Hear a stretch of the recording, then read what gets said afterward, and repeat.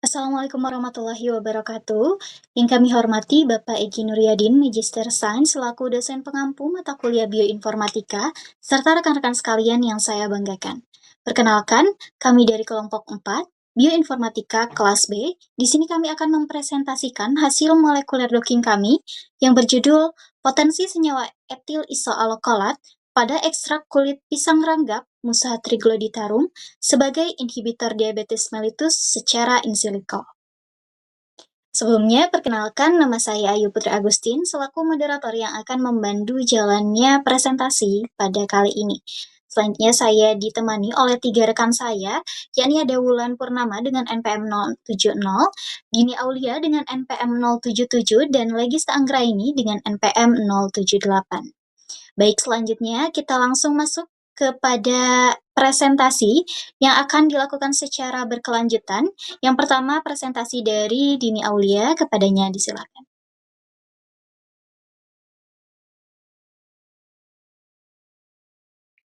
Baik, di sini saya akan menjelaskan mengenai pisang ranggap sendiri.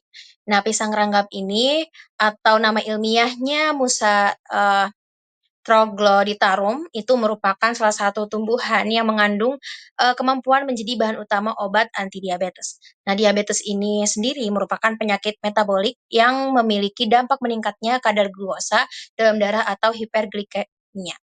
Lalu, dalam kulit pisang ranggap sendiri pada saat ini hanya dianggap limbah domestik rumah tangga yang mengandung beberapa zat aktif seperti flavonoid, beta karoten, dan senyawa fenolik.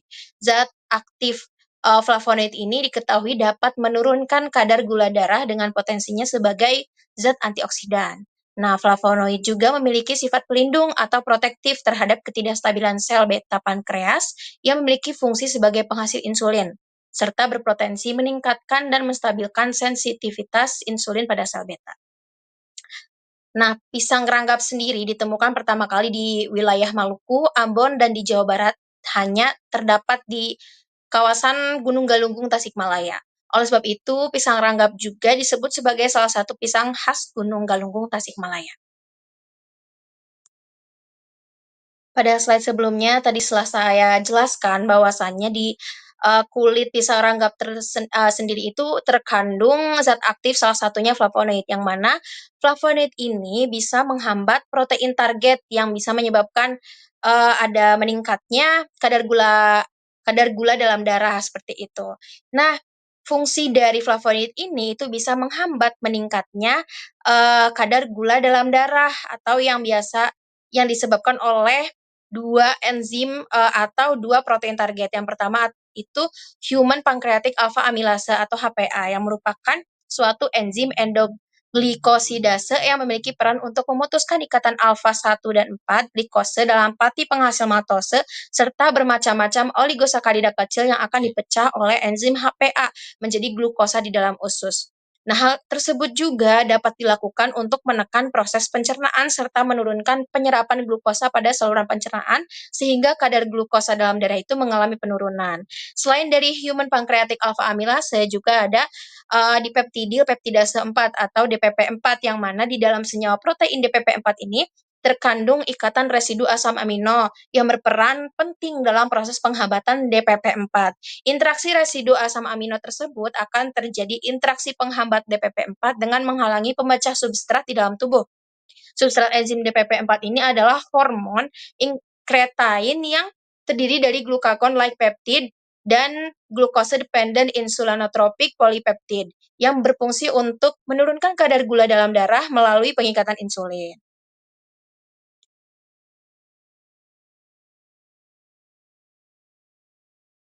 Baik, selanjutnya ada bahan dan metode yang digunakan pada praktikum kita kali ini, yaitu untuk bahan dan metode yang digunakan sendiri itu seperti yang sudah dijelaskan oleh Bapak gitu ya.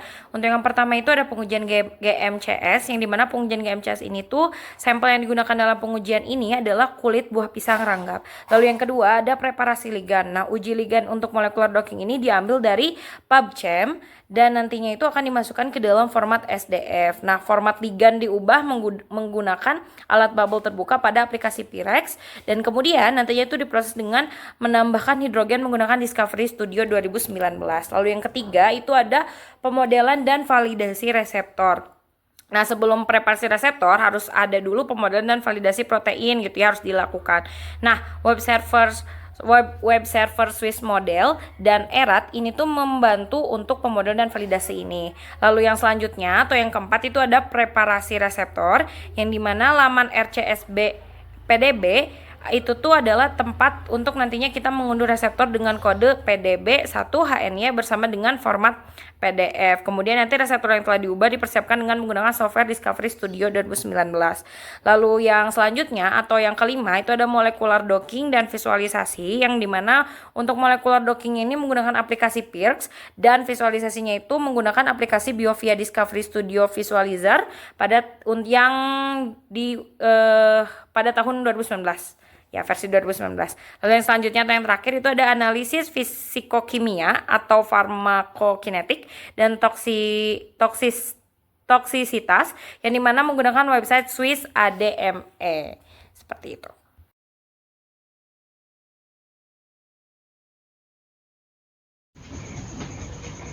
Baik, terima kasih kepada moderator atas kesempatannya. Di sini saya akan memaparkan mengenai hasil pengujian GCMS. Berdasarkan hasil pengujian GCMS atau gas kromatografi mass spektrometri, pada sampel kulit pisang ranggap terdapat 84 senyawa metabolit sekunder. Adapun berdasarkan hasil kajian pustaka, salah satu senyawa yang diduga memiliki efektivitas sebagai agen antidiabetes adalah senyawa etil isoalkolat. Mungkin sekian yang bisa saya sampaikan, saya kembalikan kepada moderator.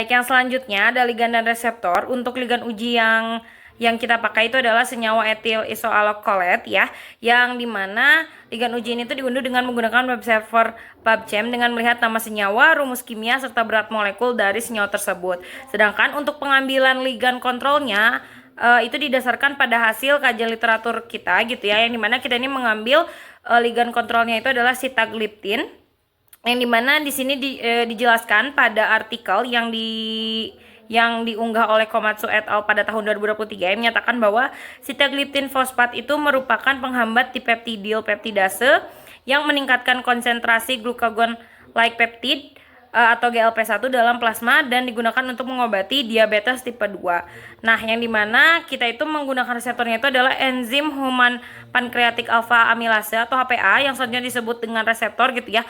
Ini tuh sebagai pemecah polisakarida atau karbohidrat kompleks menjadi oligosakarida dan disakarida, yang kemudian nantinya itu diubah menjadi glukosa oleh enzim lain seperti aglukosidase. Setelah makan, kadar glukosa darah itu meningkat karena proses ini gitu ya.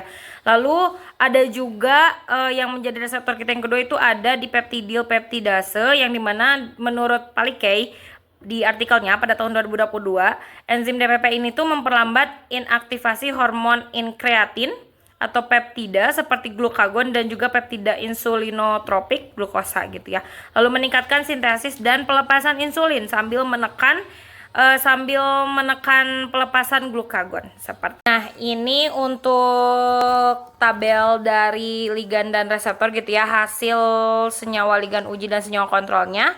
Untuk ligand ujinya seperti yang saya bilang tadi, kita menggunakan etil isoalkolat, yang dimana rumus kimianya itu C26H44O5 dan PubChem ID-nya itu 6452096. Lalu yang filenya itu bisa dilihat di tabel ini ya. Terus untuk ligand kontrolnya ada sitagliptin, yang dimana rumus kimianya itu C16H15F6N5O. Lalu untuk PubChem ID-nya ada 4369359 dan juga smelnya bisa dilihat di sini.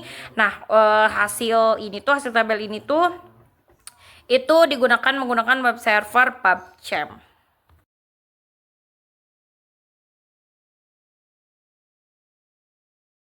Nah, selanjutnya yaitu pemodelan dan validasi reseptor, yang mana sebelum preparasi reseptor itu pemodelan dan validasi protein dilakukan. Ini dilakukan dengan memasukkan file FASTA reseptor saat pemodelan dan kemudian memasukkannya ke dalam PDB untuk validasi. Ini dilakukan untuk menguji kualitas reseptor yang akan digunakan dalam penelitian in silico yang dilakukan. Lalu, didapat berdasarkan pemodelan dengan menggunakan website Swiss Model dan juga website SAFE atau ERAT, yang mana protein yang pertama yang kita cari untuk pemodelan dan validasi ada enzim human pancreatic alpha amylase atau HPA, itu mendapatkan skor pemodelan dari Swiss Model itu sebesar 99,80%, yang mana hal tersebut berarti senyawa protein HPA di dalam tubuh memiliki struktur yang sama dengan yang aslinya. Selain itu juga protein HPA ini memiliki nilai erat sebesar 95,0104%, sehingga dapat dikatakan valid serta indikator scoring pada setiap komponennya dapat dalam keadaan yang normal. Selain itu juga reseptor enzim HPA yang telah diunduh dari RCS-BPDB lalu dilakukan pemodelan untuk mengetahui nilai kesesuaian sequence atau struktur dengan sequence aslinya, yang mana telah didapatkan nilai sequence identify sebesar 99,80% dan juga skor Qman sebesar 0,94, yang menandakan bahwa model reseptor tersebut berada dalam keadaan valid, reliable, serta memenuhi parameter statistik yang dapat diterima. Selanjutnya, pada protein kedua, yaitu dipeptidil peptidase 4 atau DPP4 ini juga telah dilakukan pemodelan dan validasi reseptor, yang mana yang pertama menggunakan Swiss model mendapatkan skor sebesar 100,00%, yang mana hal ini itu menunjukkan bahwa hasil pemodelan tersebut memiliki struktur yang sesuai dengan struktur aslinya. Selain itu juga enzim DPP4 memiliki nilai erat sebesar 97,317%, sehingga berdasarkan data sequence enzim tersebut dapat dikatakan valid serta indikator scoring setiap komponen berada dalam keadaan normal. Lalu selain itu juga tadi sama yang dilakukan kepada human pancreatic alpha amylase, itu juga dilakukan reseptor enzim DPP4 ini telah diunduh dari RCS-BPDB lalu dilakukan pemodelan untuk mengetahui nilai kesesuaian sequence atau struktur dengan sequence aslinya, yang mana mendapatkan skor sequence identify sebesar 100,00% dan skor Qman sebesar 0,91, yang menunjukkan bahwa model reseptor enzim DPP4 berada dalam keadaan yang reliable, valid, dan dapat diterima. Nah, maka dari itu, skor erat pada reseptor enzim HPA dan DPP4 ini masing-masing yaitu 95,0104% dan 97,3107%, maka reseptor tersebut dinyatakan valid. Oleh karena itu, semakin besar nilai erat, maka semakin tinggi juga kualitas protein yang diuji. Baik, kita masuk kepada hasil dan pembahasan pada poin D, yaitu hasil dari molekular docking antara ligand dan reseptor. Karena kelompok kami menggunakan dua jenis protein atau reseptor yang berbeda, maka yang pertama kami tampilkan yaitu hasil docking dengan reseptor HPA. Bagaimana sih hasilnya? Untuk parameter hasil docking ini yang kami lihat itu dari binding affinity, RMSD, dan hasil visualisasi dari Discovery Studio.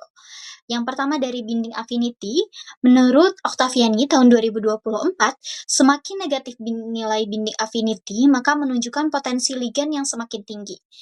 Sekarang kita lihat hasil binding affinity dari docking senyawa etil isoalkolat dengan reseptor HPA ini menunjukkan nilai binding afinitif yang cukup baik, yaitu -8. Kemudian dari RMSD-nya, menurut Petaloka tahun 2023, nilai hasil atau hasil docking ini dapat dikatakan valid ketika RMSD-nya itu kurang dari atau sama dengan 2, sehingga berdasarkan sumber tersebut dapat dikatakan bahwa hasil docking ini dinyatakan valid karena nilainya 0,0 atau kurang dari 2. Kemudian jika kita bandingkan dengan hasil docking antara senyawa sitaglipin dengan reseptor HPA, dari senyawa sitagliptin memiliki binding affinity yang sangat tinggi gitu ya, dari minus 9,5. Kemudian RMSD-nya sama 0,0. Kemudian dari hasil visualisasi Discovery Studio, dapat diketahui bahwa jumlah residu asam amino dari senyawa etil isoalkolat ini cukup rendah, yaitu 4. Kemudian dari senyawa sitagliptin memiliki jumlah residu asam amino yang cukup tinggi, yaitu 10.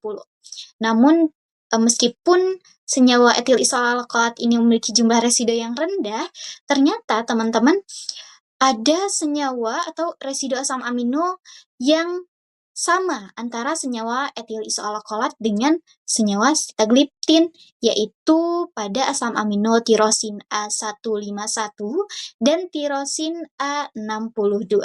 Sehingga berdasarkan dari hasil docking ini, dapat diketahui bahwa senyawa etil isoalkolat ini memiliki potensi untuk menghambat reseptor HPA pada diabetes, namun hasilnya tidak sebaik dari senyawa sitagliptin atau senyawa kontrol. Baik, jika tadi kita sudah melihat hasil docking antara senyawa ligan dan kontrol terhadap reseptor HPA, sekarang hasil docking terhadap reseptor DPP4. Apa perbedaannya? Kita lihat dari senyawa etil isoalkolat. Binding affinity-nya menunjukkan nilai yang cukup tinggi, yaitu minus 8,3, dan hampir setara dengan senyawa kontrol atau senyawa sitagliptin, yaitu yang menunjukkan binding affinity minus 8,4. Kemudian dari RMSD-nya sama 0,0 dan 0,0, ini artinya hasil dockingnya valid. Kemudian dari hasil visualisasinya dapat diketahui bahwa jumlah residu asam amino dari senyawa etil isoalkolat ini adalah 8. Kemudian dari senyawa sitagliptinnya atau senyawa kontrolnya ini 9. Cukup setara gitu ya, dari etil isoalkolatnya 8, kemudian dari sitagliptinnya 9, perbandingannya hanya 1 saja. Kemudian dari binding affinity-nya juga hampir setara, namun sayangnya dari jenis asam aminonya ini tidak ada persamaan residu asam amino dari senyawa etil isoalkolat dengan senyawa sitagliptin. Sehingga berdasarkan dari binding affinity, kemudian dari RMSD, jumlah residu asam amino dapat kita simpulkan gitu ya, bahwa senyawa etil isoalkolat ini memiliki potensi untuk menghambat reseptor DPP4 dalam penyakit diabetes, namun sekali lagi potensinya tidak sebaik senyawa sitagliptin atau kontrol. Tapi jika kita bandingkan dengan reseptor HPA, hasil docking antara sitagliptin kemudian dari etil isoalkolat terhadap reseptor HPA dan reseptor DPP, dapat kita ketahui bahwa yang potensinya paling tinggi itu yang ada pada hasil docking dari reseptor DPP4, sehingga potensinya lebih tinggi antara senyawa etil isoalkolat pada reseptor DPP4, namun sekali lagi potensinya tidak sebanding atau tidak setinggi dari potensi senyawa kontrol atau senyawa sitagliptin. Selanjutnya akan dilanjutkan oleh rekan saya. Baik, terima kasih kepada moderator atas kesempatannya. Di sini saya akan menjelaskan mengenai analisis fisikokimia, farmakokinetik, dan toksisitas. Baik, yang pertama adalah analisis fisikokimia. Analisis ini digunakan untuk mengetahui kandungan sifat toksisitas senyawa pada kulit pisang meranggap yang berpotensi dijadikan sebagai obat. Adapun aturan yang digunakan dalam prediksi fisikokimia ini adalah aturan Lipinski Rules of Five. Berdasarkan aturan ini menyatakan bahwa senyawa untuk obat oral harus memenuhi 5 aturan Lipinski. 5 aturan tersebut yaitu berat molekul harus kurang dari 500 gram per mol, kemudian ikatan donor hidrogen harus kurang dari 5, lalu ikatan akseptor hidrogen harus kurang dari 10, dan log P harus kurang dari 5. Bisa dilihat di sini ada tabel hasil analisis fisikokimia. Jadi berdasarkan tabel tersebut adalah senyawa etil isoalkolat telah memenuhi aturan Lipinski sebagai calon kandidat obat oral. Kenapa bisa dijadikan kandidat obat oral? Dikarenakan senyawa etil itu berat molekul senyawanya kurang dari 500. Nah, kurang dari 500 ini ternyata berfungsi untuk menembus membran dikarenakan jika senyawa berat molekulnya lebih dari 500 akan sulit untuk menembus membran. Kemudian Hb aseptornya juga kurang dari 10, lalu Hb donornya juga kurang dari 5, dan log P atau lipopolisity-nya juga kurang dari 5. Nah, log P ini berhubungan dengan koefisien kelarutan atau lipofisis senyawa untuk prediksi absorpsi. Nah, nilai log P yang tinggi akan menggambarkan senyawa semakin hidrofobik dan toksik dikarenakan berada lebih lama pada membran lipid bilayer atau terdistribusi lebih luas sehingga selektivitas terhadap enzim target berkurang. Kemudian nilai log P yang terlalu negatif juga tidak bagus karena senyawa akan sulit melewati membran lipid bilayer. Nah, selanjutnya ada tabel mengenai analisis farmakokinetik. Berdasarkan sifat farmakokinetiknya menyatakan bahwa senyawa etil isoalkoholat memiliki aktivitas penyerapan yang tinggi karena telah memenuhi aturan Lipinski. Nah, kemudian ada nilai BB. Nilai BB ini merupakan kemampuan distribusi ligan uji untuk menentukan kemampuan suatu obat dalam menembus ke daerah sawar otak. Jika senyawa obat mampu menembus daerah sawar otak, maka akan mempengaruhi sistem saraf pusat. Tetapi jika senyawa tersebut tidak memiliki pengaruh terhadap sistem saraf pusat, maka senyawa tersebut tidak boleh menembus sawar otak. Nah, parameter BB ini berhubungan dengan efikasi, efek samping, toksisitas, dan efek farmakologis dalam otak. Berdasarkan tabel di atas diketahui bahwa senyawa etil isoalkoholat tidak mampu menembus ke daerah sawar otak karena obat anti diabetes tidak didesain untuk bekerja dalam otak sehingga tidak perlu melewati daerah sawar otak. Kemudian di tabel juga ada PGP atau P-glikoprotein. Nah, ini adalah protein yang membentuk membran berfungsi untuk memompa transmembran efflux. PGP juga akan menangkap obat lipofilik ketika obat tersebut melakukan perjalanan melalui lipid bilayer dan berperan dalam penyerapan dan pengeluaran berbagai obat. Berdasarkan tabel dinyatakan bahwa senyawa ini memiliki aktivitas P-glikoprotein. Mekanisme yang terjadinya bisa dilihat di tabel yang bagian CYP inhibitor. Nah, ini menjelaskan bahwa senyawa etil isoalkoholat tidak menjadi inhibitor apapun. Kemudian nilai log Kp yang tertera pada tabel adalah min 7,04. Selanjutnya ada uji toksisitas. Nah, uji ini adalah uji yang dilakukan untuk menilai keamanan suatu senyawa kimia, baik senyawa itu sendiri maupun senyawa tersebut berada dalam bahan-bahan lainnya seperti bahan pangan. Nah, uji tersebut bisa menghasilkan informasi toksisitas zat uji yang berkaitan dengan organ sasaran, efek obat, serta hubungan dosis efek dan dosis respon. Nah, uji ini bertujuan untuk menilai resiko yang mungkin ditimbulkan dari suatu zat kimia toksisitas pada manusia. Nah, dalam penelitian ini uji toksisitasnya menggunakan analisis toksisitas yang mencakup analisis level toksisitas hepatotoxicity, kemudian mutagenicity, carcinotoxicity, immunotoxicity, dan cytotoxicity. Nah, berdasarkan tabel tersebut dinyatakan bahwa hasil uji toksisitas senyawa etil isoalkoholat menunjukkan persamaan dengan senyawa kontrol sitagliptin, yaitu berada di level 5 dalam kelas toksisitas. Namun, senyawa ligan memiliki dosis 5000 mg per kg. Nah, senyawa tersebut tidak menyebabkan toksisitas pada hati, tidak menyebabkan terjadinya mutagen, kanker, dan toksik terhadap sel. Namun, senyawa tersebut akan menyebabkan terjadinya gangguan pada imun. Sekian yang bisa saya sampaikan, saya kembalikan kepada moderator.